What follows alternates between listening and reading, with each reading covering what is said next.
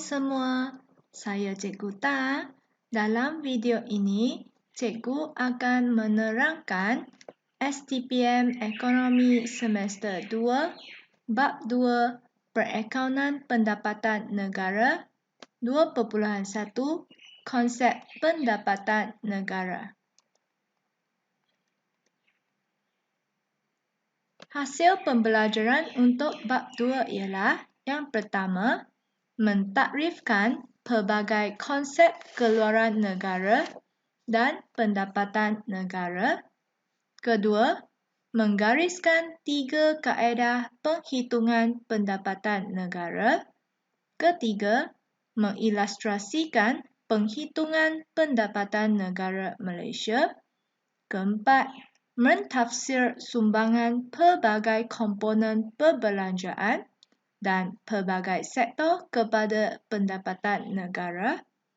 Seterusnya, menjelaskan masalah penghitungan pendapatan negara, menjelaskan kegunaan data pendapatan negara dan membincangkan kelemahan data pendapatan negara untuk mengukur taraf hidup dan membandingkan taraf hidup antara masa dan antara negara.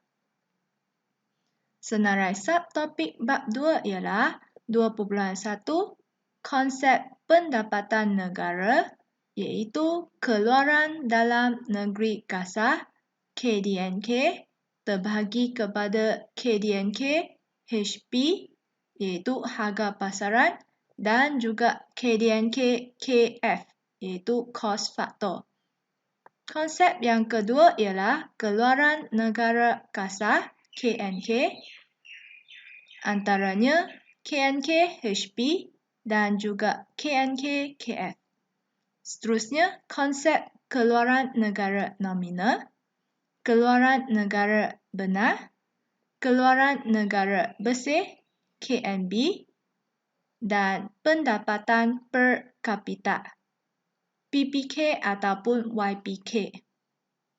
Dalam 2.2 kaedah penghitungan pendapatan negara, yang pertama kita akan belajar kaedah perbelanjaan, kedua kaedah keluaran dan yang ketiga kaedah pendapatan. 2.3 Masalah penghitungan pendapatan negara. 2.4 Kegunaan data pendapatan negara dan 2.5 Kelemahan data pendapatan negara iaitu membincangkan kelemahan data pendapatan negara untuk mengukur taraf hidup dan membandingkan taraf hidup antara masa dan antara negara. 2.1 Konsep Keluaran Dalam Negeri Kasar KDNK dan Keluaran Negara Kasar KNK. Apakah yang dimaksudkan dengan KDNK, Keluaran Dalam Negeri Kasar, iaitu jumlah output dalam negara yang dihasilkan oleh faktor pengeluaran negara itu dan faktor pengeluaran negara asing untuk tempoh setahun. Maksud di sini ialah KDNK mengambil kira bahawa apa-apa faktor pengeluaran yang diwujudkan di dalam negara Malaysia. Contohnya, orang Malaysia yang mengusahakan kilang di Malaysia dan juga orang asing yang mengusahakan kilang di Malaysia iaitu dalam negara kita. Konsep yang kedua ialah KNK iaitu jumlah output negara itu yang dihasilkan oleh faktor pengeluaran tempatan di negara itu dan di negara asing dalam tempoh setahun. Maksud di sini ialah faktor pengeluaran tempatan ialah orang Malaysia. Contohnya, orang Malaysia yang bekerja di Malaysia. Maka, output itu dimasukkan dalam K&K. Contoh yang kedua iaitu orang Malaysia yang bekerja di Singapura. Maka pendapatan mereka juga dimasukkan dalam K&K. 2.1 Hubungan antara KDNK dengan KNK, di mana rumusnya KNK sama dengan KDNK campur PFBLN, iaitu pendapatan faktor bersih luar negeri, di mana PFBLN ialah YL tolak BL. Maka rumus terbitannya ialah KNK sama dengan KDNK campur YL tolak BL, di mana PFBLN ialah pendapatan faktor dari luar negeri tolak dengan bayaran faktor ke luar negeri.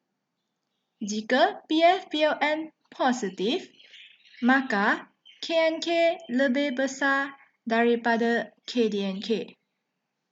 Jika PFBLN negatif, maka KNK kurang daripada KDNK.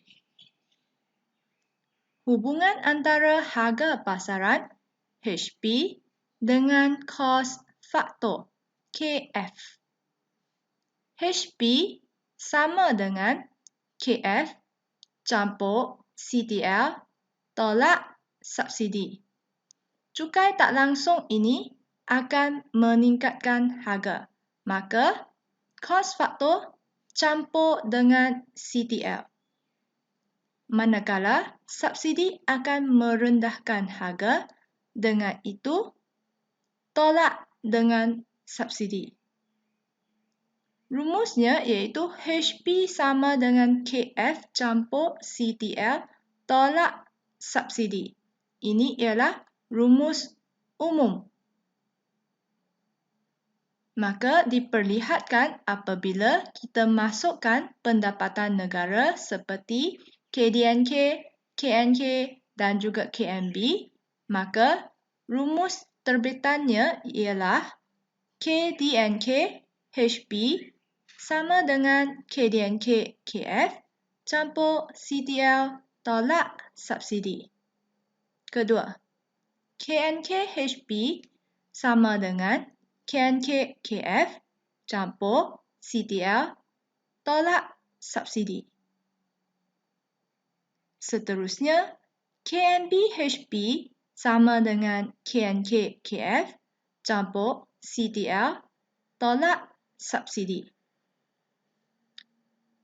Sub ini ialah subsidi. CTL ialah cukai tak langsung. KDNK dan KNK pada harga pasaran dan kos faktor. Pendapatan negara boleh dinilai dengan KDNK, KNK dan KMB. Maka, KDNK, KNK dan KMB ini boleh dinilai mengikut harga pasaran atau kos faktor. Apakah yang dimaksudkan dengan harga pasaran HP? Iaitu harga barang akhir dan perkhidmatan yang dinilai mengikut harga yang dibayar oleh pembeli di pasaran.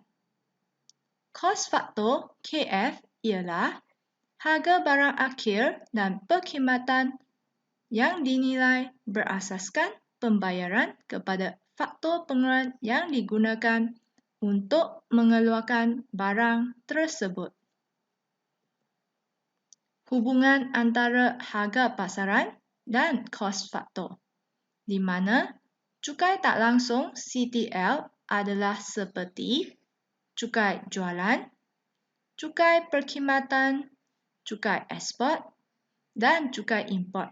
Ini termasuklah dalam harga pasaran sesuatu barang. Subsidi SUB, iaitu bantuan kerajaan dalam kegiatan pengeluaran. Ia termasuklah dalam kos faktor. Antara contohnya, kerajaan sentiasa memberi subsidi dalam petrol. Secara umumnya, rumusnya ialah KF sama dengan HP tolak CTL campur subsidi. Apabila kita menjadikan kos faktor menjadi tajuknya, maka kita menolak CTL dan kita tambahkan subsidi. Dengan itu, apabila kita masukkan pendapatan negara iaitu KDNK, KDNK KF sama dengan KDNK HP tolak CTL campur subsidi. Manakala KNK KF sama dengan KNK HP tolak CTL campur subsidi. Sekiranya CTL lebih besar daripada subsidi, maka HP lebih besar daripada KF. Ini adalah formula umum.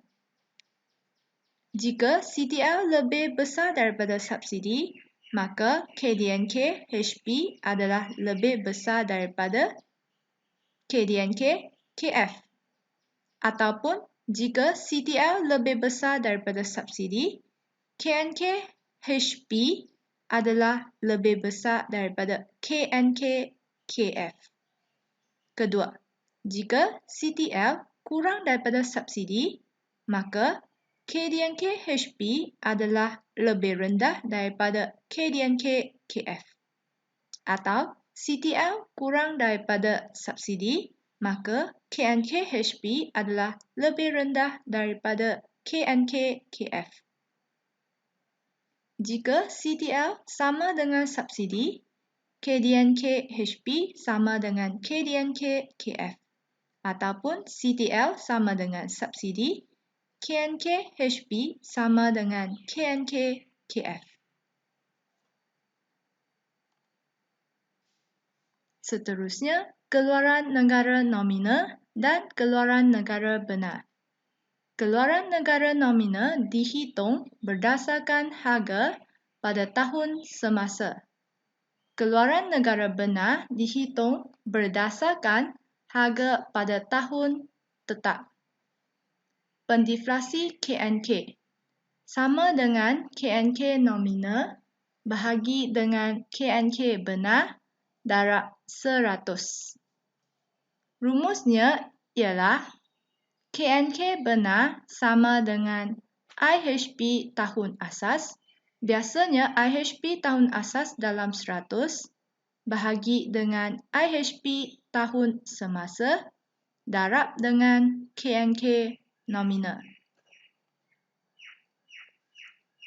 Keluaran negara bersih KNB dan pendapatan per kapita.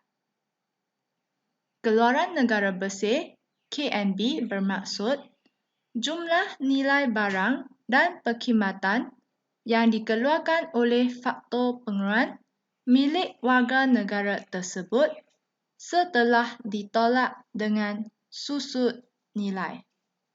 Rumusnya iaitu KNB sama dengan KNK tolak susut nilai. Perbezaan di antaranya ialah susut nilai yang menurunkan nilai barang modal. Barang modal adalah seperti mesin dan jentera, dan seterusnya merendahkan daya pengeluaran dan keluaran negara. Dengan kata lain, formula untuk susut nilai ialah KNK tolak dengan KNB. Yang terakhir, pendapatan per kapita. Pendapatan per kapita PPK ataupun YPK ialah pendapatan purata bagi setiap penduduk, iaitu nilai KNK atau KDNK dibahagikan dengan jumlah penduduk, di mana pendapatan per kapita sama dengan pendapatan negara bahagi dengan jumlah penduduk. Konsep pendapatan negara iaitu KNK bahagi jumlah penduduk atau KDNK bahagi dengan jumlah penduduk. Sekian sahaja untuk perkongsian kali ini. Jangan lupa like, subscribe dan share dengan rakan-rakan anda YouTube channel Cikgu Tang sekiranya video ini membantu anda dalam pembelajaran. Terima kasih. Bye-bye.